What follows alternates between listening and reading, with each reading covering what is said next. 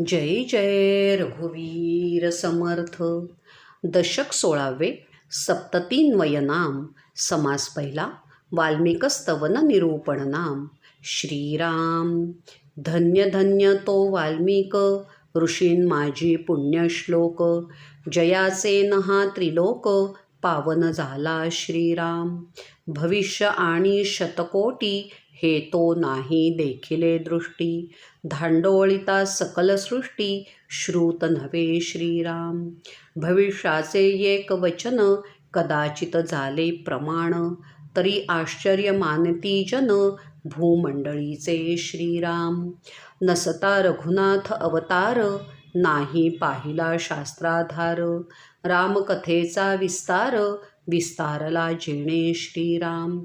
ऐसा जयाचा वाग्विलास, ऐकोनी संतोषला महेश.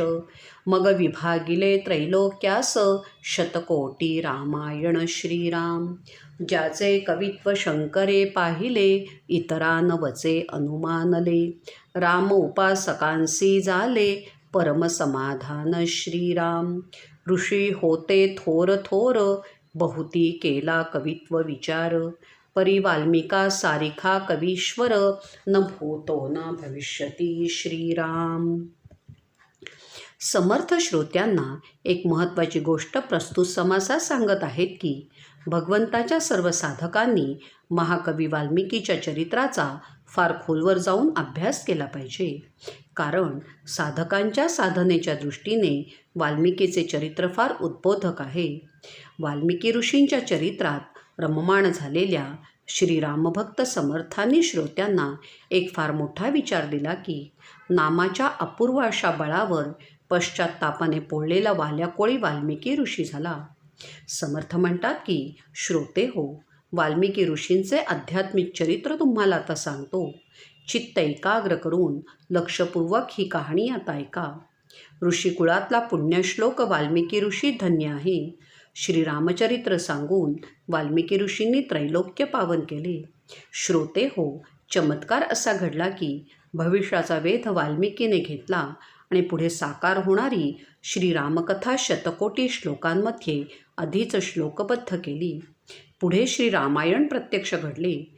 त्यातले अद्भुत काय तर अशी घटना विश्वामध्ये ह्यापूर्वी कधीच घडली नाही. संपूर्ण विश्व जरी पालथे घातले तरी हा अद्भुत चमत्कार तुम्हाला ऐकायला सुद्धा मिळणार नाही की प्रत्यक्ष अनुभवायला मिळणार नाही. एखाद्या ज्योतिषाने पुढे घडणारी घटना सांगितली आणि भविष्यात ती खरोखरच घडली तर लोक आश्चर्य मानतात. इतके की विश्वभर तो एक चर्चेचा विषय होतो.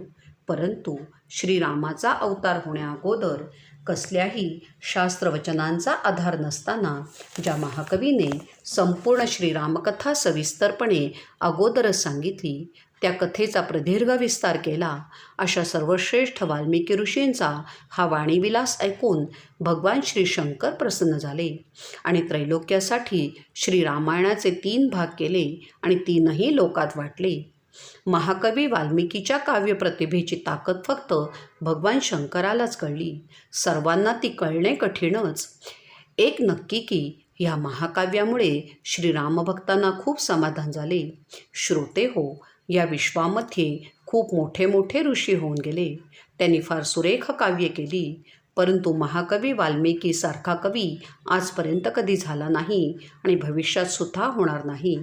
कारण आपल्या विश्वव्यापक प्रज्ञेने पुढे घडणारे रामायण अगोदर सांगायचे ही एक अशक्य कोटीतली गोष्ट वाल्मिकीने केली. पूर्वी केली दुष्टकर्मे, परी पावन झाला रामनामे. नाम जपता दृढ नेमे, पुण्ये सीमा सांडिली श्रीराम. उफराटे नाम म्हणता वाचे, पर्वत फुटले पापाचे. ध्वज उभारले पुण्याचे, ब्रह्मांडावरुते श्रीराम. वाल्मिके जेथे तप केले, ते वन पुण्य पावन झाले. शुष्क काष्ठी अंकुर फुटले, तपोबळे जयाच्या श्रीराम. आपल्या पूर्वायुष्यात वाल्या नावाचा हा जो कोळी होता, त्याच्या हातून त्या काळात खूप वाईट कर्मे झाली होती.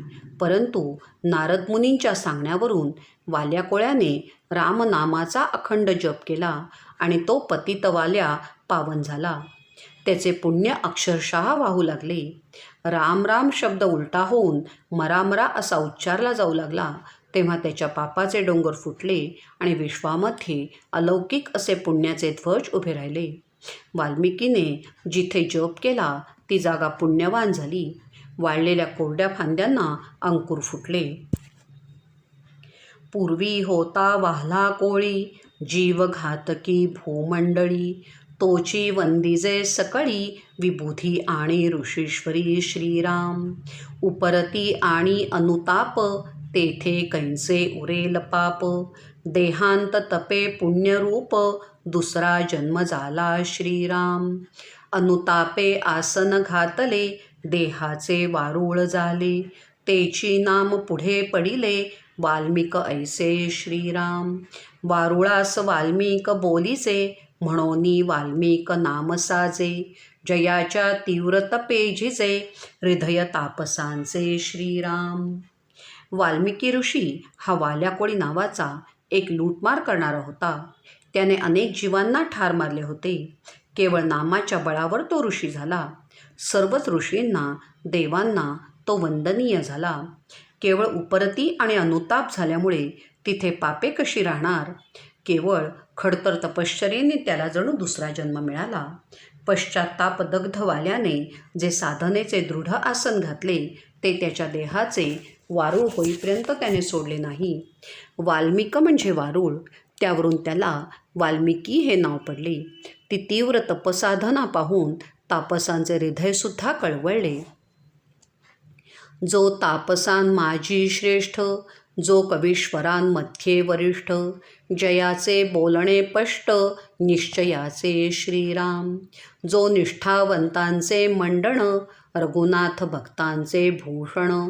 ज्याची धारणा असाधारण, साधका सुदृढ करी श्रीराम. धन्य वाल्मिक ऋषेश्वर, समर्थांचा कवीश्वर. तयासी माझा नमस्कार, साष्टांग भावे श्रीराम. वाल्मिक ऋषी बोलिला नसता, तरी आम्हासी कैंची रामकथा. म्हणोन्या समर्था, काय म्हणोनी वर्णावे श्रीराम. रघुनाथ कीर्ती प्रगट केली, तेणे तयाची महिमा वाढली. भक्त मंडळी सुखी झाली, श्रवण मात्रे श्रीराम.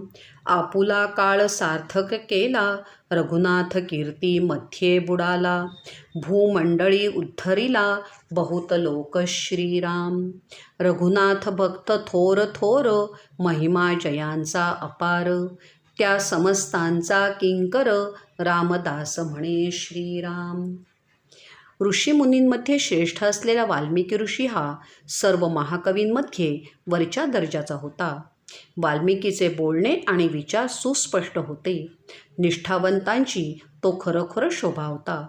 रघुरायाच्या भक्तांचे तो भूषण होता. त्याची साधना पाहून साधकांची निष्ठा दृढ झाली. श्रीरामाचे गाणे गाणारा हा महाकवी खरोखरच धन्य आहे. समर्थ म्हणतात, अशा महाकवी वाल्मिकी ऋषीला माझा दंडवत आहे. त्या वाल्मिकी ऋषीने श्रीरामाची कथा सांगितली नसती तर ती आम्हाला कशी काय कळली असती. म्हणून या महात्म्याचे कितीही कौतुक केले तरी ते थोडेच आहे. श्रीरामाची यशोगाथा वाल्मिकी ऋषीने सांगितल्यामुळे अवघ्या भूमंडळात वाल्मिकीचा मोठेपणा वाढला. सर्व श्रीरामभक्त त्यामुळे सुखी झाले. श्रीरामाच्या चरित्र गायनात वाल्मिकी पार बुडाल्यामुळे त्याने आपल्या आयुष्याचे सार्थक केले. विश्वातल्या पुष्कळ लोकांचा त्याने उद्धार केला. रघुरायाचे भक्त असलेले खूप मोठे मोठे ऋषीमुनी पुढे होऊन गेले. त्या सर्वच श्रीरामभक्तांचा मी दासानुदास आहे, असे समर्थांनी श्रोत्याने शेवटी सांगितले. इति श्रीदासबोधे गुरुशिष्य संवादे वाल्मिकस्तवन निरूपण नाम समास पहिला. श्री सीताकांत स्मरण जय जय राम. श्रीराम.